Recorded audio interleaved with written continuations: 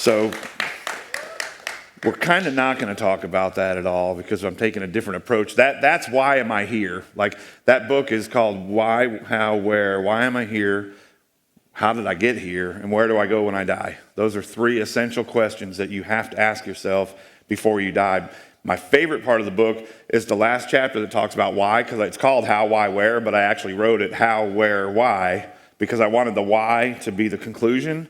So I actually wrote the why, and then I even wrote another conclusion, followed up. It's my favorite two chapters, because when you discover why you're here on planet Earth, that God has a plan for you, and that plan is so huge. I mean, it's huge. Like every one of you, look, me and Juan and Carl and Frank, we travel the country and preach the gospel everywhere we go and all that stuff, and we do these things. There's nothing special about us. Well, Juan's a little special, but that's a whole other story. But there's nothing special about us whatsoever. The same offer that God has made to us to be workers in his kingdom is the same offer to you. Look at your neighbor and say, hey, are they deaf? Can you hear me? I don't think that was even sign language. Look at your neighbor and say, hey, did you know? Now you got to say, did you know? This is called interactive preaching. Did you know? Say, hey, did you know that God has a plan? Now you got to actually point to him when you say, for you. That was awesome. So this talk is well, first I want to piggyback on what Juan was talking about and tell you about this time that I was a student pastor for a while. And I had like 4 students all graduating from Apologetics High School. And so I went to go to the graduation service. And the valedictorian gets up, and she starts with the most amazing speech about her mother. And I lost my mother when I was 26. How old was I? 26. And so moms, like, they mean a lot to me because I haven't had mine around for a very long time. Actually, this year is the 20-year anniversary of her passing. She died in 2001. And so moms are very important to me. And so this girl is going on with this speech about how important her mom was and how valuable her mom was to her success becoming valedictorian. And we're all sitting there like got tears in our eyes. And this is like, I'm waiting for the big moment where I get to do that. You know, be the first one to clap, you know. But then all of a sudden the speech shifted. And she's holding onto the podium like I am. Blah, blah, blah, mom, we're all in tears. And now, I would like to tell you that as we leave here today, we will not be separated. I know it feels like we're all going to go different directions with our lives into different colleges, and we're going to take on different careers, but we will all still be together. And now I'm like really intrigued because I'm like, oh, she's got the mom thing going now. And she goes, because we're all stardust. I'm like, what? What? Stardust? And she proceeds to go on saying, we're stardust because that's what we learned here at this great school. They taught us that we're all stardust. I'm like, what? Stardust? And then it hit me. I'm like, listen, girl, you're supposed to be giving a motivational speech to these kids who are about to go into adulthood. Like, stay kids. Adulting's terrible. Don't do it. And she's supposed to be giving this inspirational message about going into adulthood, and you just pretty much told them life is meaningless. Because if we're all just a byproduct of stardust, there's no ultimate purpose, there's no ultimate meaning. Life is absurd without God, and you just told them, hey, good luck. There's no meaning to anything you're about to go do for the rest of your life. And I'm like, I'm taking my clap moment back. I ain't clapping for this. This is ridiculous. My goodness. Anyways, this talk is called Why God? And what it is, we're going to get a little bit in the deep end of the pool. So I'm going to ask you to pay attention because we're going to hit a couple of controversial topics because for me, it's important to understand why God said something. You see, before I was a Christian, I was a militant atheist. And in my worldview, marry whoever you want. I don't care. Have as many abortions as you want. I could care less about any of those topics. And people will say that Christians are closed-minded because we believe that Jesus is the only way to heaven. Oh, you're dogmatic. You're closed-minded. I'm sorry. Christians are the most proper Christianity is the most open-minded thing that I've ever seen in my life. Because see, here's what happened. When I became a Christian and I started studying the Word of God, I had to change my mind. I had to be open-minded enough to change my mind to the things that God said, not what my opinion was anymore. And so I had to change my mind. I had to be open enough to change my mind in order to do that. And so Christianity is actually a very open-minded. We're just not open-minded to the things against God. But when God says something, that's what he means. But here's the thing. If I don't know why he said it, it's a little hard to chew on it sometimes. Like that he says something is one thing. Why he said it is another. So I want to take you through and ask God a couple of questions today. Like, okay, God, we see in your word that you said something, but why did you say it? And I think when we apply the why, it helps us apply that logic to our mind and to our heart. And now all of a sudden we can start to live that out. And now we're walking in the will of God because that's what he said. And I want you to understand, before I was a Christian, I thought you couldn't ask God questions. I thought asking questions was off limits. When you come into church, check your brain at the door. Don't ask questions. If you ask questions, it means you're a doubter, you're a hater, you're not a true Christian. Some of the best Christians, solid Christians I know are question askers. But even Jesus hanging on the cross, what did he say? My God, why? Even Jesus himself said, why God? So it's okay, and I'm here to tell you, you have to feed your faith. You can't just wake up every day and say, you know what, I'm going to be a Christian today and not do anything about it. If you feed your faith, though, your doubts will starve. It's an important thing. The Old Testament in Isaiah tells us, come now, let us reason together, says the Lord. I love that. I love that God says, hey, come, let's talk this out. Let's reason together. And when you fast forward into the New Testament in James 1:5, if any of you lacks wisdom, you should ask God. It's literally telling you to ask God why. Hey, God, why is this way? Why is this? Why? He's telling you. And this is what it says. God gives generously to all without finding fault, and it will be given to you. God's ready for you to ask. He wants you to ask him why. I think God gets excited about talking about himself and his positions. He says, I am a selfish God. I am that I am. I think God likes to talk about himself. And so when you talk to God, he's ready and willing to answer your question. So I want to kind of start with a little bit of an illustration here. We've got this scientist here who thinks, I've got it all figured out. And he says, I would like to challenge God to a man-making contest to see if I can duplicate what he did in the Garden of Eden. And God's like, hey, bring it on. I will joyfully welcome the experience. Challenge accepted. So the scientist is like, now, this pile of dirt should be perfect to get me started. Because remember, back in the garden, God took dirt and formed man, right? And then God's like, excuse me, that's my dirt. You got to make your own dirt first. First, you have to create everything that has dirt. Then you can start the process. Because you can't take what I created and make something out of it and call it your own. And so I set that up that way just to say that, man, we have to understand the nature of God and who created everything. And I love this clip.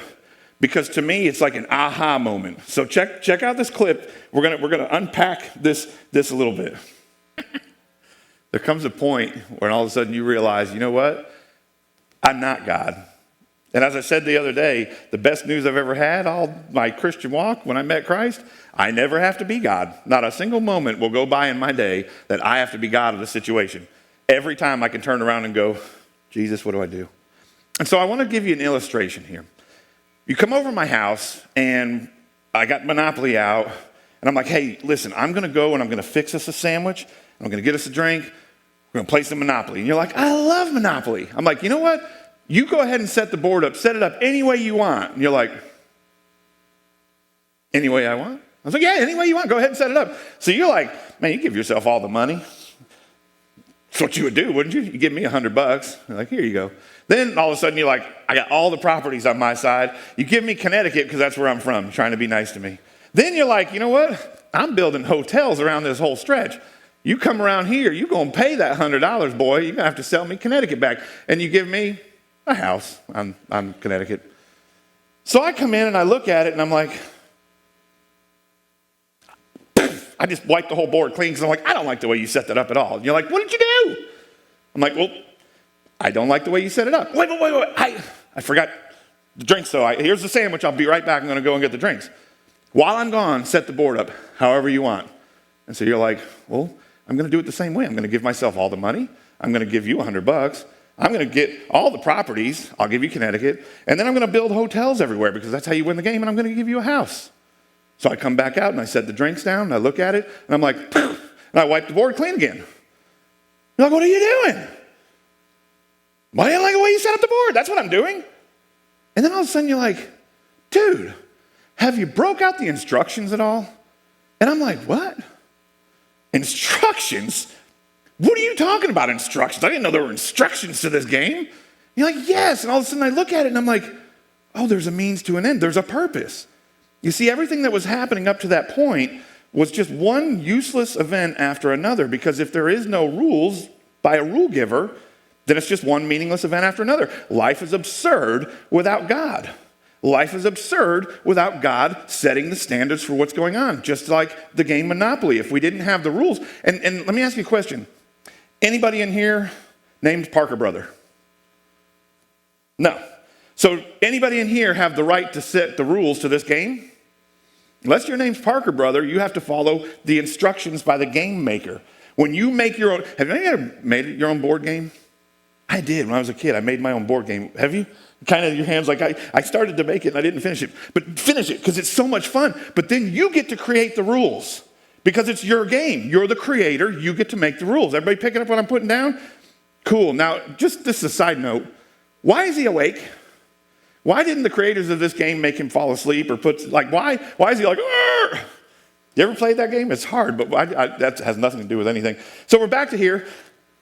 Let me ask you a question. You're not Parker Brother. You didn't create Monopoly. You don't get to create the rules. Anybody in here create a universe lately? Anyone? Bueller? Anyone? Create a world? No. I know somebody who did. His name's Jesus, found in Colossians. He did. You know what he did? He also is the one who gets to make the rules. You don't get to go here and say, you know what? I don't like the rules of this world. I'm just going to make up my own. Wait a second. Did you create the world? No. Okay, well then the one who created the world gets to set the rules. And here's how it goes. How do you make somebody love you without affecting free will? Why did God give us free will? You know, if God forced everybody to love him, what would we be? Robots. In order for love to work perfectly, it has to be reciprocal. God cannot force you to love him. God can't force you to do anything, really. God gives you the free will to make decisions about how you're going to live your daily life minute by minute. If he was to force you to do something, you're just a robot. Does anybody in here want to be a robot to God? I don't. I love the fact that God has given me an opportunity to love him back. I love that. I love that. Like I love my wife. Like I love that I get to love my wife. And I love that my wife reciprocates that love. It's perfect when that happens. And when you have that choice for free will, you got this bad guy coming in, man. He got himself a gun, about to shoot it up. Could God stop him? Could God stop him? Mm-hmm. Should he stop him? I got quiet on that one. Should he stop the guy? Probably. Let's just say he stops the guy. Yay, God. You stop that man from using his free will to cause harm to somebody else. Here's the problem. What if he shows up with his friends? Now you got 4 of them. If he stops him, to be fair and just and perfect in justice, if he stops it the first time, doesn't he have to stop it the second time? And if he stops it the second time, doesn't he have to stop it the third time? And doesn't he have to stop it the 4th time? To be perfectly in justice, if he's going to violate free will to stop it from happening once, he would have to do it 4 times. But what if they show up with more friends? Should he stop this guy? If he does, maybe he should stop that guy instead. But if he stops that guy instead, doesn't he have to stop that guy? And that guy? Doesn't he have to stop all of them? And if he violated free will against all of them, what are we left with? A robot. That's all you're left with. And I thank God that he's given me free will to choose to love him back and to choose to follow his will. Does this pen have any evil capacity within it? Is that pen evil or is it good? Is it evil or is it good? The pen has no free will. but it has the capacity to do both. So you can choose to write a blessing to somebody with that pen, but that same pen, you could turn around and write a curse. Online bullying is a real problem. You use that keyboard to online bully somebody in a heartbeat, or you can use that online keyboard to bless somebody and pray for them. Your free will determines what it is that's going to be the outcome. And when evil is out there in the world, it's because people are choosing to walk apart from God. It's not choosing to walk in the will of God, it's walking apart from the will of God. And when you walk outside of the will of God, people get hurt. In perfect love, nobody would get hurt. I love the fact that if people would do this, love the Lord your God with all your heart, soul, mind, and strength. And the second one is like it, love your neighbor as yourself. And I have grown to really, in the short time I've been here, love the love that this island, the people of this island have. I mean, you got some nice people here. Like, I'm from the South. We have nice people. You have nicer people than I have. And I moved from the North because there's nobody nice up there. There's a bunch of meanies up there. All right, so everybody take a deep breath. Breathe in, breathe out. We know that Christians walk around saying homosexuality is wrong. We know this. Don't have to go too far to find that one. And we're always accused of, oh, you're dogmatic, you're bigoted, you're racist, hater, whatever, fill in the blank. You're homophobic. You know what phobic means? Fear. I'm not afraid of anybody. Even if that dude comes in and shoots me, guess where I get to go? Hello, Jesus. I mean, I'm not afraid of anybody. I'm not homophobic. Remember, I told you, though, before I was saved, I was like, marry whoever you want, do whatever you want, sleep with whoever you want. I don't care. Because in my worldview, I didn't have a God, so I didn't really care. But once I got to be a Christian, I took the time to ask God why. Okay, I read in your words you say it's wrong, but why? And then I discovered something foundationally true that is so magical to me that I love it. In the beginning, God created man in his own image. Then he took the rib and he made a woman. Two genders. He made man and he made woman. And I don't care how you adjust things. I don't care how you adjust them. You're always going to have the genetics of a man or a woman. And there's a reason for that. Because the first blessing in the Bible was be blessed, go therefore and multiply. You know what multiplication requires? Man parts and woman parts. I'm going to leave it at that. That's the beginning of the foundation of family found in the book of Genesis immediately. Immediately, God's like, I love family. And I love that he calls us children of God. But he tells husbands, love your wives as Christ loved the church and gave himself up for her. Wives, submit to your husbands as fitting to the Lord. He's given the instructions for family. Can you have a proper man and woman loving each other in a gay marriage? You can't. You also can't have children. You can't procreate.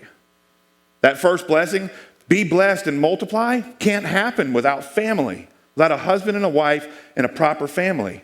Honor your father and your mother so that you will live, life will be long and on fertile land that the Lord God is giving you. Here's another one. Parents, that was for the children of the parents. The parents are told, parents, don't provoke your children in a way that ends up discouraging them. God is all about family. I love this one. This is why we do what we do at Reasons for Hope. Train up a child in the way he should go. And when he is old, he will not depart from it. We want to train you to receive the full gospel and why the full gospel is existing, because we know if you do that, you're not going to be a statistic that leaves. God's all about family. How can family properly exist if it's not done in the way that God... And I'm not talking about like there's single moms and there's single dads, and my heart breaks. There's various reasons. It could have been death or it could have been a divorce, and I see those people working and my hats are off to them. Single moms and single dads are some of the most amazing people I've ever met. But it's still, you're asking a single mom to also play the role of a dad, which is why I'm a big proponent of, like, when I meet a single mom, I'm like, how can I help serve your child as a male figure? Tell me how the church can step up as a male figure. Or the opposite. Dad, sorry what happened with your wife, but how can the church step up to make sure there's a motherly role for your child? Because that is so important that the women and the men have these different perspectives that they bring to a situation that the children need to learn from. God's all about family. So why does he oppose the LGBTQIA movement? Because it goes against the very structure of a family. It's Satan's way of destroying the foundation of the family by taking away that first right. And this isn't Christian, this is CBS News. The survey results measured a set of 40 outcomes on social, emotional, and relational factors. Outcomes included whether children had grown up to need public assistance like welfare, or more likely to have anxiety or depression, or more likely to be abused, or were apt to engage in unhealthier habits such as having more sexual partners, smoking, and using drugs. Analysis identified 175 now adult children who said they were raised by a lesbian mother, along with 73 who said their father was in the same-sex relationship. Focusing on the large sample, the study found respondents whose mother had a same-sex relationship fared worse on 24 of the 40 tested outcomes compared to children with intact heterosexual families. 24 out of 40, more than half, are on heavy drug use, broken relationships, depressed, anxious, and I could go on with studies like this all day long. We know the facts are out there. The studies are out there. The statistics. You know what I love about statistics? They don't lie. They just are what they are. You compile them together, you throw them in a software, and they go bloop, bloop, bloop, and they spit out something, and you can't deny it. It just is what it is. Same-sex relationships garner children that grow up in these situations that cause them to have massive anxiety and depression. But it's not just a Christian problem. As far as it's like, oh, you're homosexual or homophobic. That's not a Christian problem. You know what those are? Those are armbands from the Holocaust. You see, in evolutionary theory, if you can't recreate, you're gone. And Hitler was a big follower of the Darwinian model. That's why he was trying to annihilate anybody who was lesser than what he thought the perfect Aryan race should be. And so he was not just killing Jews off, he was killing people with mental deficiencies, but he was also killing homosexuals. You want to say it's not a Christian problem only? I dare you to go over to Saudi Arabia and be gay. They will literally throw you off the roof of a building. That's how they take care of homosexuality. So when somebody tells you, you dogmatic Christian, I can't believe you're so homophobic and you're so judgmental and you're such a hater, I'm like, I don't hate anybody. I love you enough to tell you the truth, number one. But number two, it's not just me. The evolutionist has to claim the same thing, and you'll get thrown off a building in Saudi Arabia. Don't just try and throw all of that weight on my Christian shoulders, because it's not just a Christian problem. That had nothing to do with anything. I just figured we need a little relief break right there. Like, just need, after that, I'm good. I could feel the tension in the air. We just needed to have a good little chuckle. Just please stand by. We're having technical difficulties. Everybody all right? You good? Nobody's throwing rocks at me yet? We're in good shape. Okay. Keep it legal or make it legal. Doesn't matter that. We have to know why. Why does God not support abortions?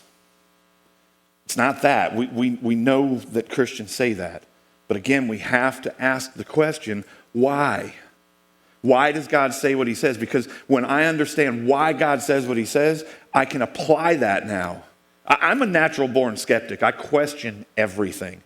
I mean, if you told me the surfboard was there, I need to touch it. I need to see it. I'm not just going to believe you told me it's there. I'm a natural born skeptic. So when I ask God why and he gives me an answer, now I can take that answer and I can own the answer and it becomes a part of who I am. So the question really comes down to, when does life begin? Now, what I'm about to show you is not a Christian program. I'm about to show you video evidence of something that I think is so profound when it comes to the question of when does life begin, that you're all going to go, whoa. At least I did. Ready? An army of 300 million sperm in an epic quest for fertilization. I'm like on the edge of my seat. I mean, the drums are, you know, like, I'm like, I mean, it's not just a cool show, but man, I mean, like, I'm like, whoa, go Spermies, you know, I'm like, but I kept sitting on the edge of my seat, and no, seriously, I'm asking a question. I'm like, how does only one get in? An epic quest for this. And I'm like, I just need to know how the one gets in. Just tell me that part. Because I couldn't figure out, I'm like, how are there like millions of these things and only one gets in? That's bad odds. Watch this. 12 hours after the invasion, a 250 million strong army of sperm has been cut down to just a dozen survivors. But only one of these will earn the right to fertilize the egg. Tiny hair-like strands called cilia gently drag and guide the egg.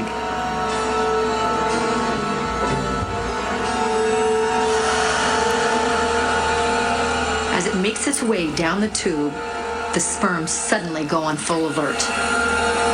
Here come the drums.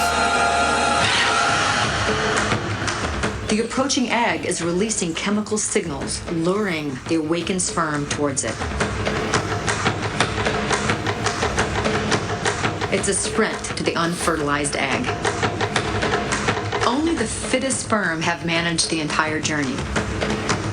But gaining entry to the egg is a tough job.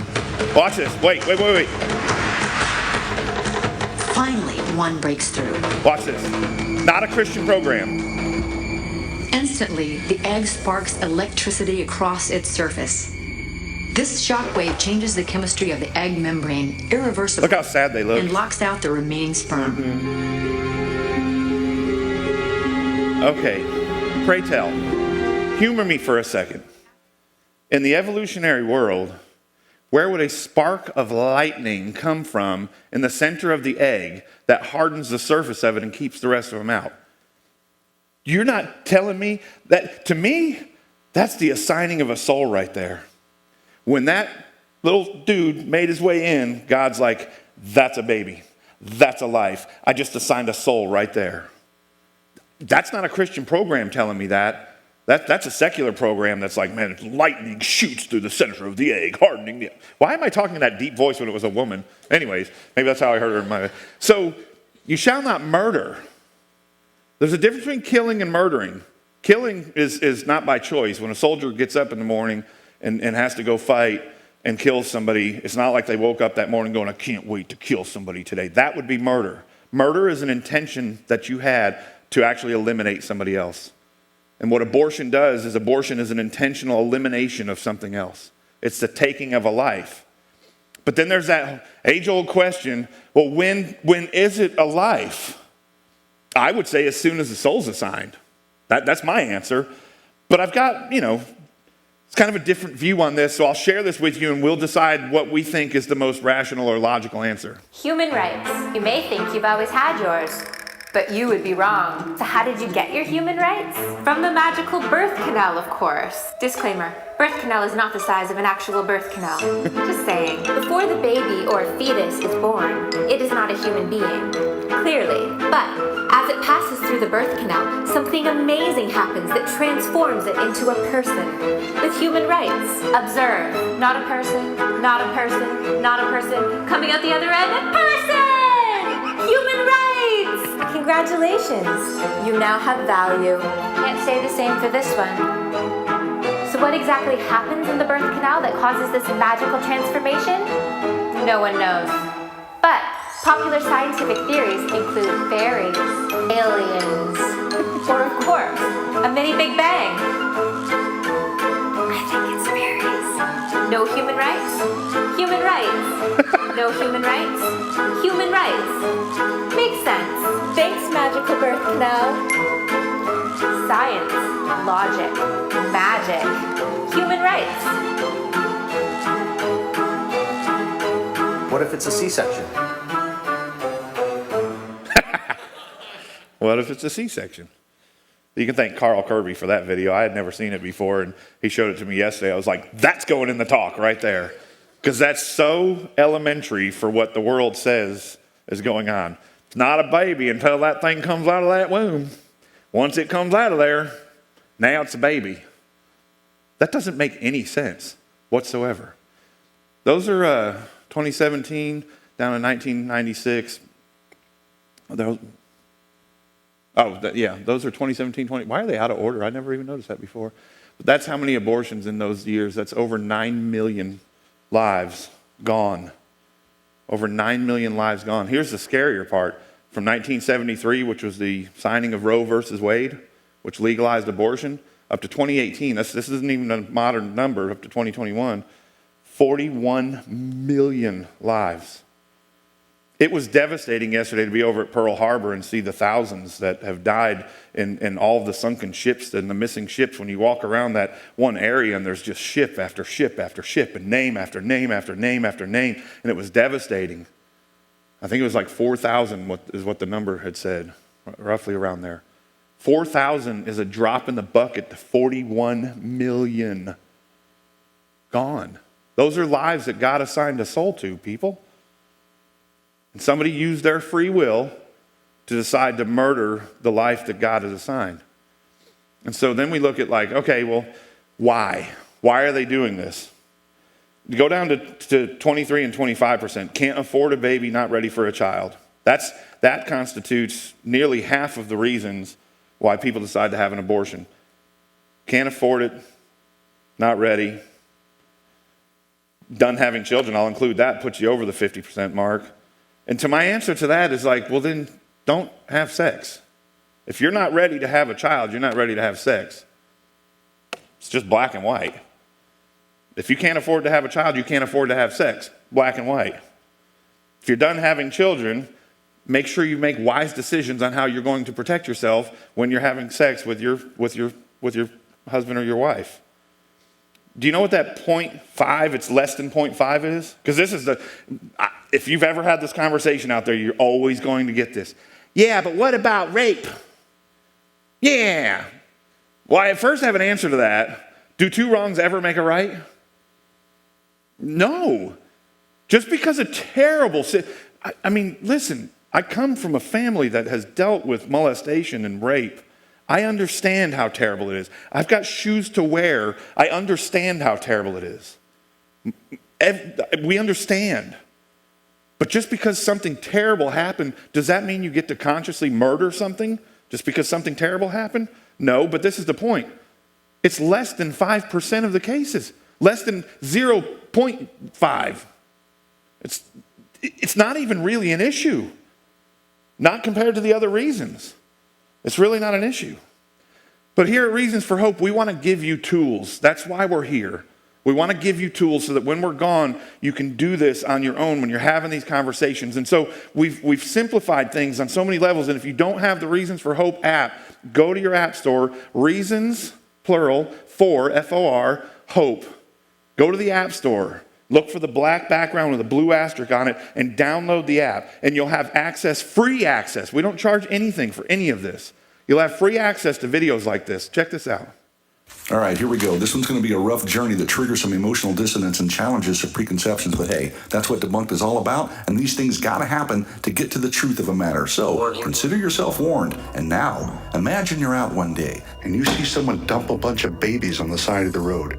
Then you see a man with a hatchet. He walks over to the babies and starts, well, you get the picture. What would you do? Give him a thumbs up, take a selfie, assemble the Avengers, or try to stop the man right there on the spot? Now, with that in mind, I ask you these questions. What is the difference between that scene and the everyday scenario inside thousands of abortion clinics? What are the essential differences between what's in the mother's womb, the unborn, and what's outside the mother's womb, the born, that justifies the mass elimination of the former, but the collective protection of the latter?